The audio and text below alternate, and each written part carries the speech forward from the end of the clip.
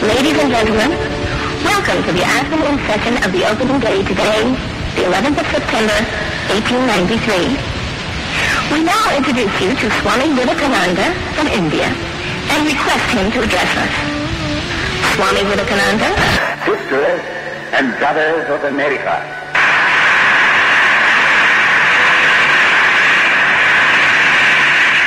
it fills my heart with joy unspeakable to rise in response to the warm and cordial welcome which you have given us. I thank you in the name of the most ancient order of monks in the world. I thank you in the name of the mother of religions. And I thank you in the name of the millions and millions of Hindu people of all classes and sects. My thanks also to some of the speakers on this platform who, referring to the delegates from the Orient, have told you that these men from far-off nations may well claim the honor of bearing to different lands the idea of toleration. I am proud to belong to a religion which has taught the world both tolerance and universal acceptance. We believe not only in universal toleration, but we accept all religions as true. I am proud to belong to a nation which has sheltered the persecuted and the refugees of all religions and all nations of the earth. I am proud to tell you that we have gathered in our bosom the purest remnant of the Israelites who came to southern India and took refuge with us in the very year in which their holy temple was shattered to pieces by Roman tyranny. I am proud to belong to the religion which has sheltered and is still fostering the remnant of the grand Zoroastrian nation.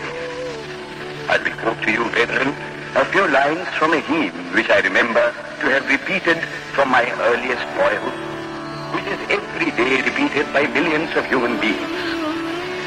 As the different streams, having their sources in different places, all mingle their water in the sea, so, O Lord, the different paths which men take through different tendencies, various though they appear, crooked or straight, all lead to thee. The present convention, which is one of the most august assemblies ever held, is in itself a vindication, a declaration to the world of the wonderful doctrine preached in the Gita. Whosoever comes to me, through whatsoever form, I reach him. All men are struggling through paths which in the end lead to me. Sectarianism, bigotry, and its horrible descendant, fanaticism, have long possessed this beautiful earth. They have filled the earth with violence, drenched it often and often with human blood, destroyed civilization, and sent whole nations to despair.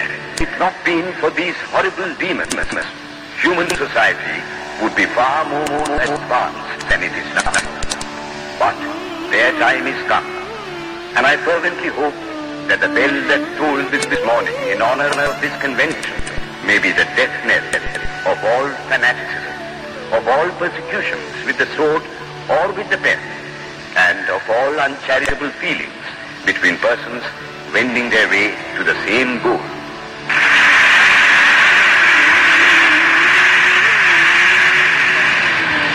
Ladies and gentlemen, on the agenda for today, the 15th of September, 1893, a galaxy of eminent speakers are scheduled to address us, and it gives us great pleasure to once again invite Swami VivekAnand to speak.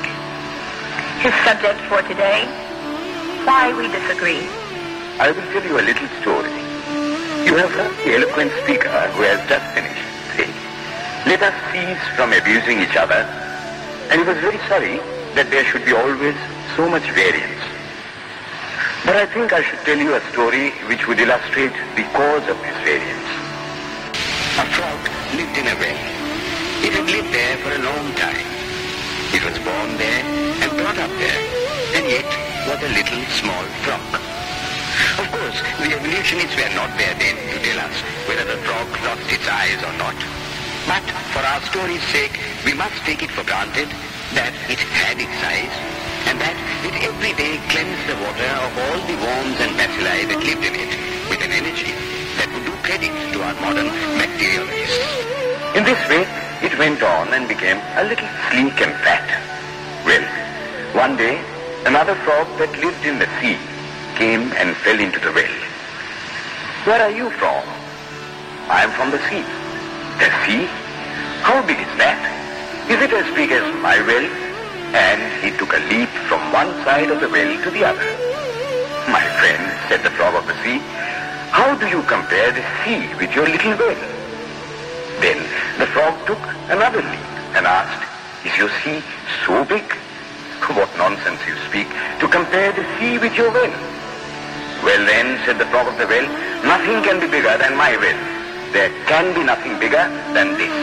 This fellow is a liar, so turn him out. That has been the difficulty all the while. I am a Hindu. I am sitting in my own little well and thinking that the whole world is my little well. The Christian sits in his little well and thinks the whole world is his well. The Mohammedan sits in his little well and thinks that is the whole world. I have to thank you of America for the great attempt you are making to break down the barriers of this little world of ours, and hope that in the future the Lord will help you to accomplish your purpose.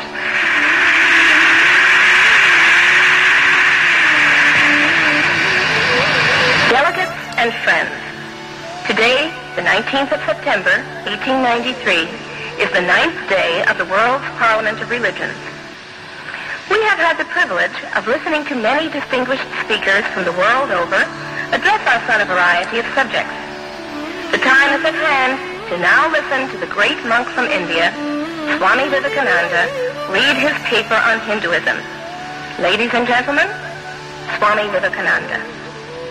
From the high spiritual flights of the Vedanta philosophy, of which the latest discoveries of science seem like echoes, to the low ideas of idolatry with its multifarious mythology, the agnosticism of the Buddhists and the atheism of the Jains, each and all have a place in the Hindu's religion.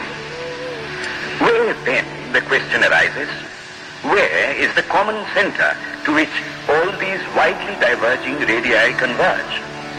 Where is the common basis upon which all these seemingly hopeless contradictions rest? And this is the question I shall attempt to answer. The Hindus have received their religion through revelation, the Vedas. They hold that the Vedas are without beginning and without end. It may sound ludicrous to this audience how a book can be without beginning or end. But by the Vedas, no books are meant. They mean the accumulated treasury of spiritual laws discovered by different persons in different times. Just as the law of gravitation existed before its discovery and would exist if all humanity forgot it, so is it with the laws that govern the spiritual world. The moral, ethical, and spiritual relations between soul and soul and between individual spirits and the Father of all spirits were there before their discovery and would remain even if we forgot them. The discoverers of these laws are called rishis, and we honor them as perfected beings. I'm glad to tell this audience that some of the very greatest of them were women. Here it may be said that these laws, as laws, may be without end, but they must have had a beginning. The Vedas teach us that creation is without beginning or end. Science is said to have proved that the sum total of cosmic energy is always the same. Then, if there was a time when nothing existed, where was all this manifested energy? Some say it was in a potential form in God. In that case, God is sometimes potential and sometimes kinetic, which would make him mutable. Everything mutable is a compound, and everything compound must undergo that change which is called destruction. So, God would die, which is absurd. Therefore, there never was a time when there was no creation. If I may be allowed to use a simile, creation and creator are two lines without beginning and without end, running parallel to each other. God is the ever-active providence by whose power systems after systems are being evolved out of chaos, made to run for a time and again destroyed. This is what the Brahmin boy repeats every day. The sun and the moon the Lord created like the suns and moons of previous cycles. And this agrees with modern science. Here I stand, and if I shut my eyes and try to conceive my existence, I, what is the idea before me? The idea of a body. Am I then nothing but a combination of material substances? The Vedas declare, no. I am a spirit living in a body. I am not the body. The body will die, but I shall not die. Here am I in this body. It will fall, but I shall go on living. I had also a past. The soul was not created, for creation means a combination, which means a certain future dissolution. If then the soul was created, it must die. Some are born happy, enjoy perfect health with beautiful body, mental vigor, and all wants supplied. Others are born miserable. Some are without hands or feet. Others again are idiots and only drag on a wretched existence. Why, if they are all created, why does a just and merciful God create one happy and another unhappy? Why is he so partial? Nor would it matter in the least to hold that those who are miserable in this life will be happy in a future one. Why should a man be miserable even here in the reign of a just and merciful God? In the second place, the idea of a creator God does not explain the anomaly, but simply expresses the cruel fiat of an all-powerful being. There must have been causes then, before his birth, to make a man miserable, and those were his past actions. Are not all the tendencies of the mind and the body accounted for by inherited aptitude? Here are two parallel lines of existence, one of the mind, the other of matter. If matter and its transformations answer for all that we have, there is no necessity for supposing the existence of a soul. But it cannot be proved that thought has been evolved out of matter. And if a philosophical monism is inevitable, spiritual monism is certainly logical and no less desirable than a materialistic monism. But neither of these is necessary here. We cannot deny that bodies acquire certain tendencies from heredity, but those tendencies only mean the physical configuration through which a peculiar mind alone can act in a peculiar way. There are other tendencies peculiar to a soul caused by his past actions, and a soul with a certain tendency would, by the laws of affinity, take birth in a body which is the fittest instrument for the display of that tendency. This is in accord with science, for science wants to explain everything by habit, and habit is got through repetitions. So, repetitions are necessary to explain the natural habits of a newborn soul, and since they were not obtained in this present life, they must have come down from past lives. There is another suggestion. Taking all these for granted, how is it that I do not remember anything of my past life? This can be easily explained. I am now speaking in English. It is not my mother tongue.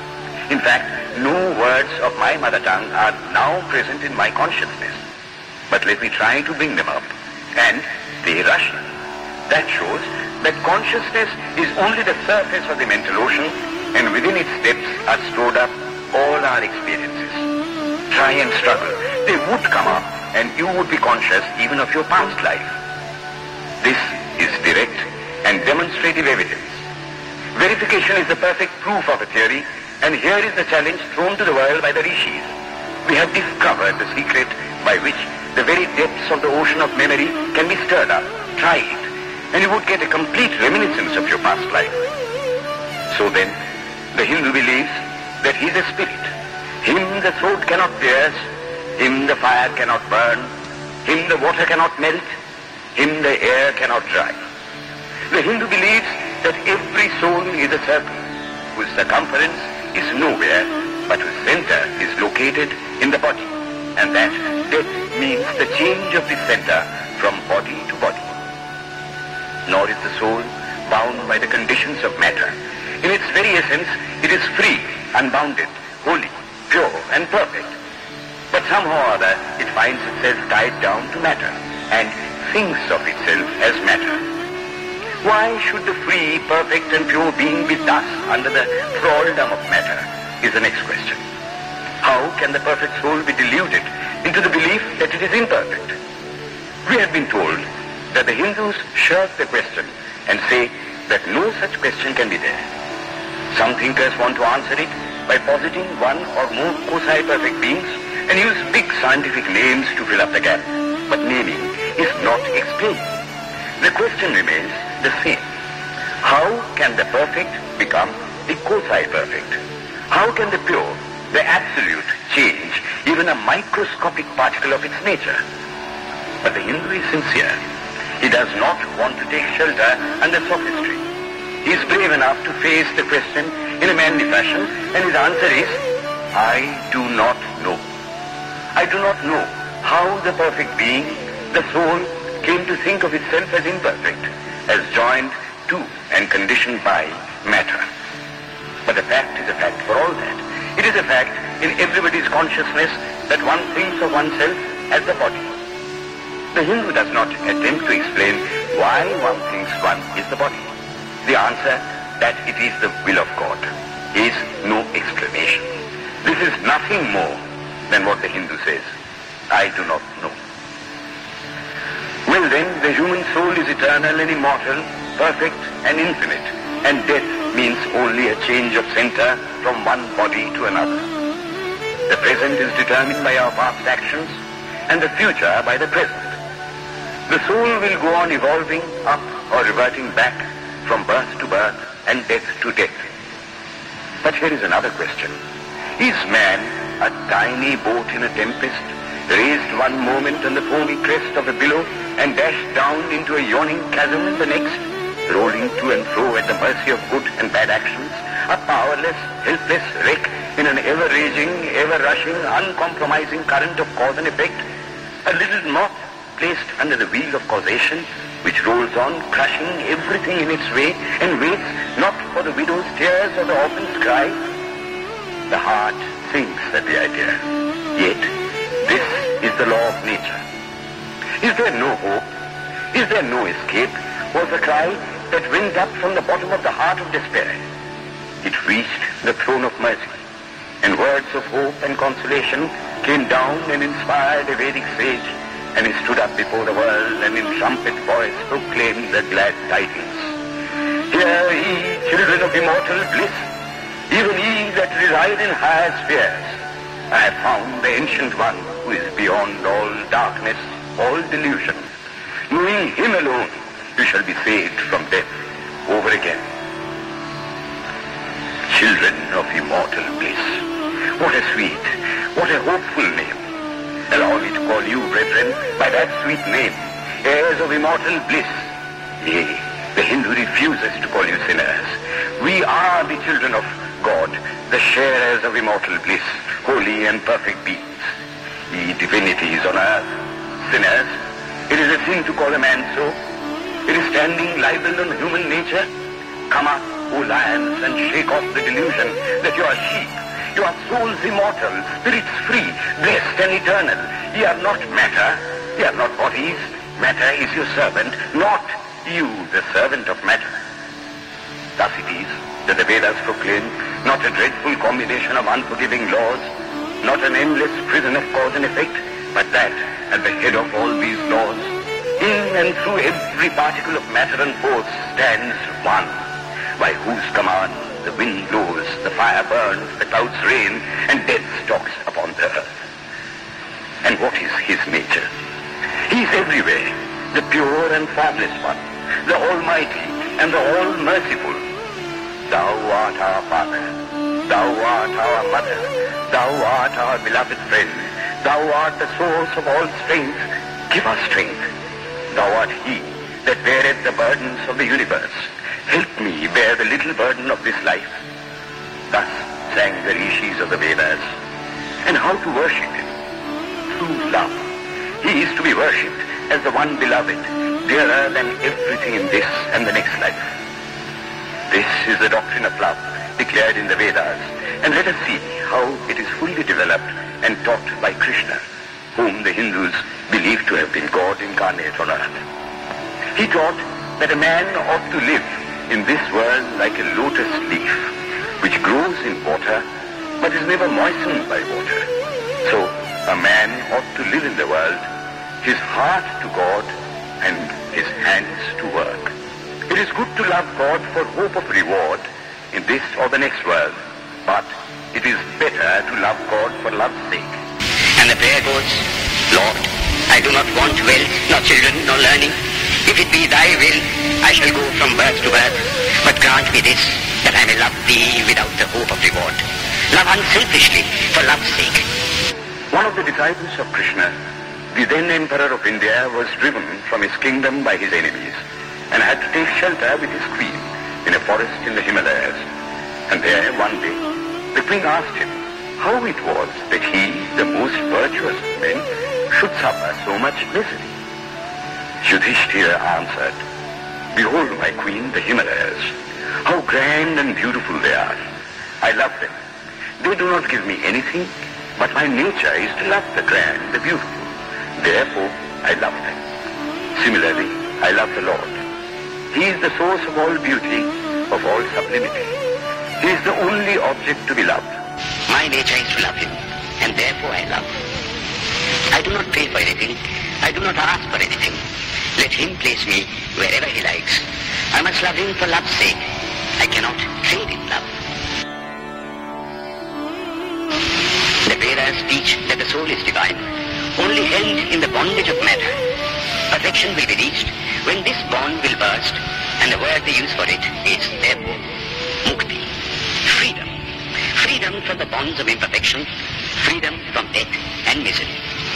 And this bondage can only fall off through the mercy of God, and this mercy comes on the pure.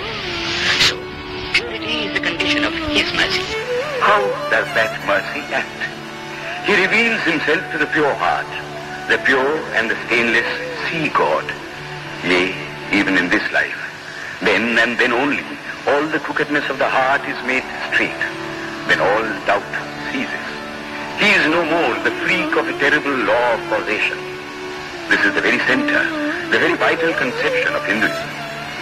The Hindu does not want to live upon words and theories. If there are existences beyond the ordinary, sensuous existence, he wants to come face to face with them. If there is a soul in him which is not matter, if there is an all-merciful universal soul, he will go to him direct. He must see him, and that alone can destroy all doubts. So, the best proof a Hindu sage gives about the soul, about God, is, I have seen the soul, I have seen God. And that is the only condition of perfection.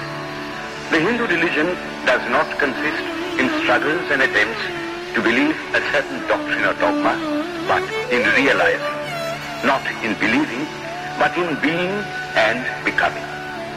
Thus, the whole object of their system is by constant struggle to become perfect, to become divine, to reach God and see God.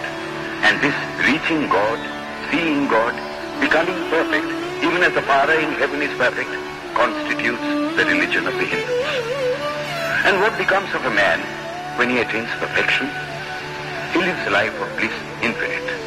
He enjoys infinite and perfect bliss, having obtained the only thing in which man ought to have pleasure, namely God, and enjoys the bliss with God.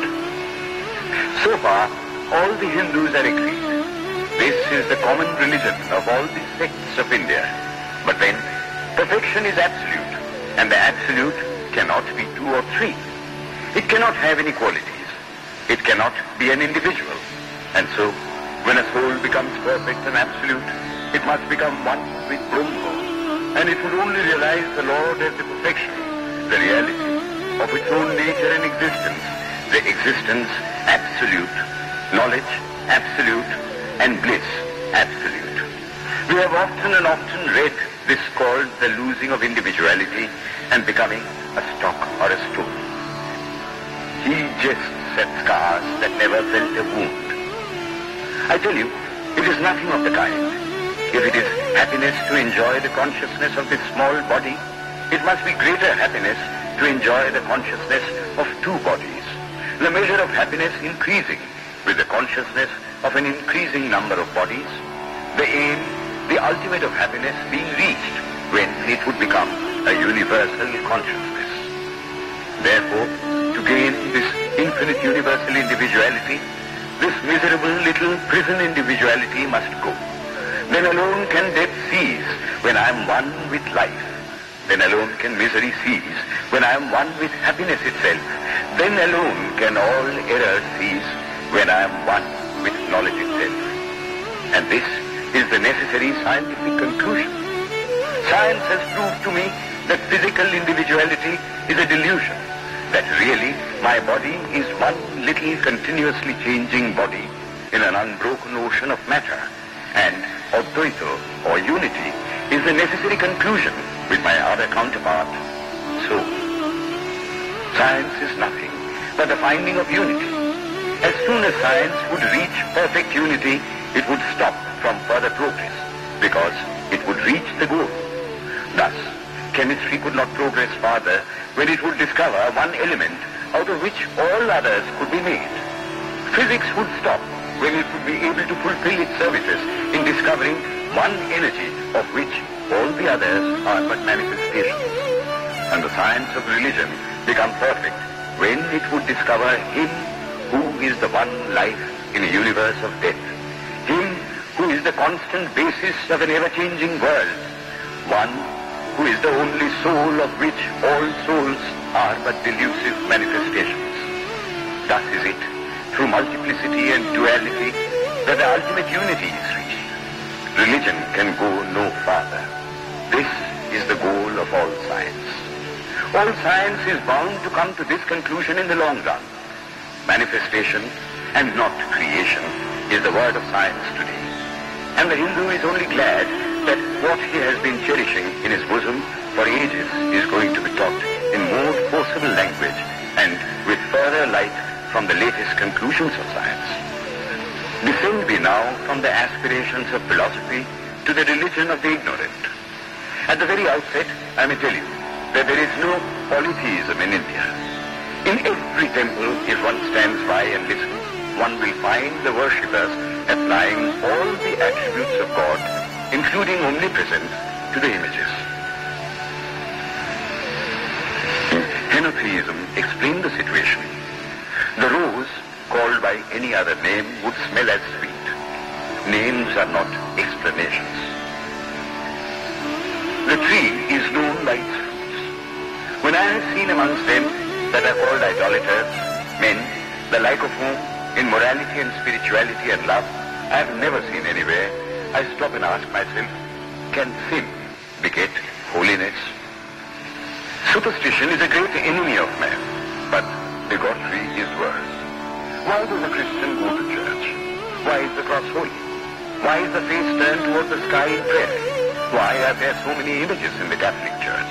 Why are there so many images in the minds of Protestants when they pray?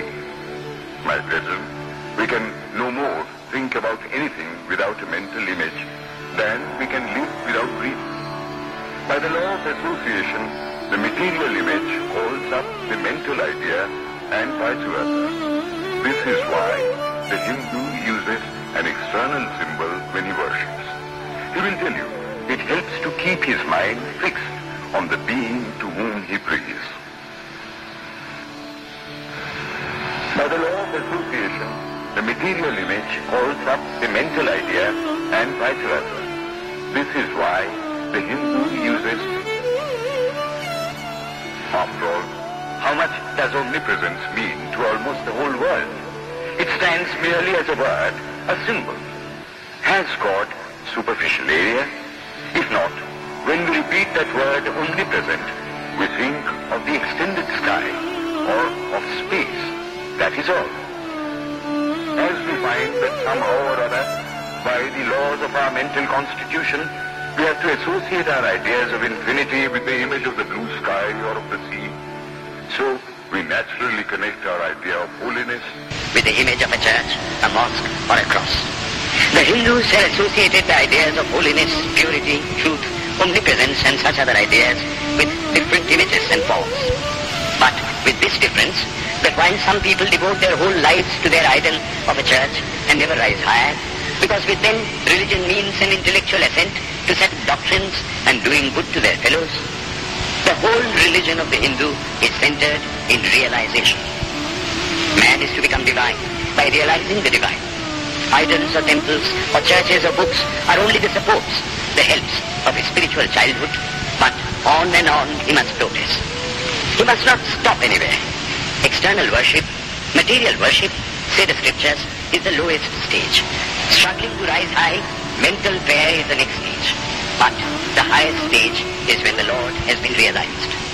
Mark, the same earnest man who is kneeling before the idol tells you, him the sun cannot express, nor the moon, nor the stars, the lightning cannot express him, nor what we speak of as fire. Through him they shine. But he does not abuse anyone's idol or call its worship sin. He recognizes in it a necessary stage of life. The child is father of the man. Would it be right for an old man to say that childhood is a sin or youth is a sin? If a man can realize his divine nature with the help of an image, would it be right to call that a sin? Nor, even when he has passed that stage, should he call it an error. To the Hindu, man is not traveling from error to truth, but from truth to truth, from lower to higher truth. To him, all the religions, from the lowest fetishism to the highest absolutism, means so many attempts of the human soul to grasp and realize the infinite, each determined by the conditions of its birth and association, and each of these marks a stage of progress. And every soul is a young eagle soaring higher and higher, gathering more and more strength till it reaches the glorious sun. Unity in variety is the plan of nature, and the Hindu has recognized it. Every other religion lays down certain fixed dogmas and tries to force society to adopt them. It places before society only one coat which must fit Jack and John and Henry all alike. If it does not fit John or Henry, he must go without a coat to cover his body. The Hindus have discovered that the absolute can only be realized or thought of or stated through the relative, and the images, crosses and crescents are simply so many symbols, so many pegs to hang spiritual ideas on. It is not that this help is necessary for everyone, but those that do not need it have no right to say that it is wrong, nor is it compulsory in Hinduism. One thing I must tell you, idolatry in India does not mean anything horrible. It is not the mother of harlots. On the other hand, it is the attempt of undeveloped minds to grasp high spiritual truths. The Hindus have their faults, they sometimes have their exceptions, but mark this, they are always for punishing their own bodies and never for cutting the throats of their neighbors.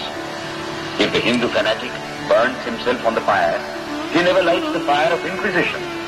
And even this cannot be laid at the door of his religion any more than the burning of witches can be laid at the door of Christianity.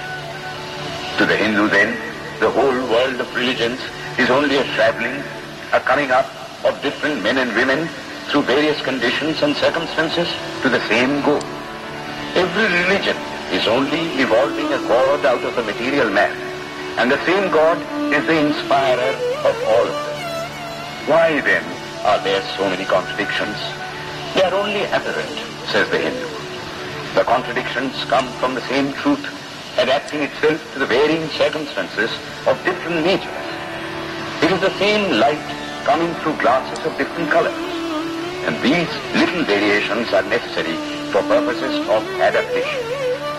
But in the heart of everything, the same truth reigns. The Lord has declared to the Hindu in his incarnation as Krishna, I am in every religion as a thread through a string of pearls. Wherever thou seest extraordinary holiness and extraordinary power raising and purifying humanity, know thou that I am there. And what has been the result?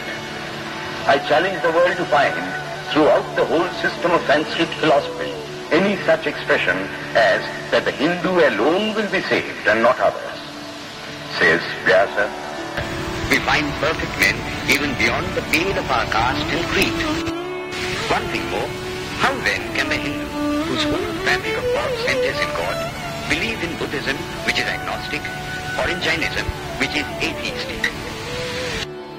The Buddhists or the Jains do not depend upon God, but the whole force of their religion is directed to the great central truth in every religion, to evolve a God out of man. They have not seen the Father, but they have seen the Son, and he that hath seen the Son hath seen the Father also. This, brethren, is a short sketch of the religious ideas of the Hindus. The Hindu may have failed to carry out all his plans, but if there is ever to be a universal religion, it must be one which will have no location in place or time, which will be infinite like the God it will preach, and whose sun will shine upon the followers of Krishna and of Christ, on saints and sinners alike, which will not be Brahminic or Buddhistic, Christian or Mohammedan, but the sum total of all these, and still have infinite space for development, which in its Catholicity will embrace in infinite arms and find a place for every human being, from the lowest groveling savage, not far removed from the brute, to the highest man towering by the virtues of his head and heart almost above humanity, making society stand in awe of him and doubt his human nature. It will be a religion which will have no place for persecution or intolerance in its polity, which will recognize divinity in every man and woman, and whose whole scope, whose whole force will be centered in aiding humanity to realize its own true divine nature. May he, who is the Brahma of the Hindus, the Ahura Mazda of the Zoroastrians, the Buddha of the Buddhists, the Jehovah of the Jews, the Father in heaven of the Christians, give strength to you to carry out your noble idea. The star arose in the east. It traveled steadily towards the west, sometimes dimmed and sometimes effulgent, till it made a circuit of the world. And now it is again rising on the very horizon of the east, the borders of the sun-bow, 1,000-fold more effulgent than it ever was before.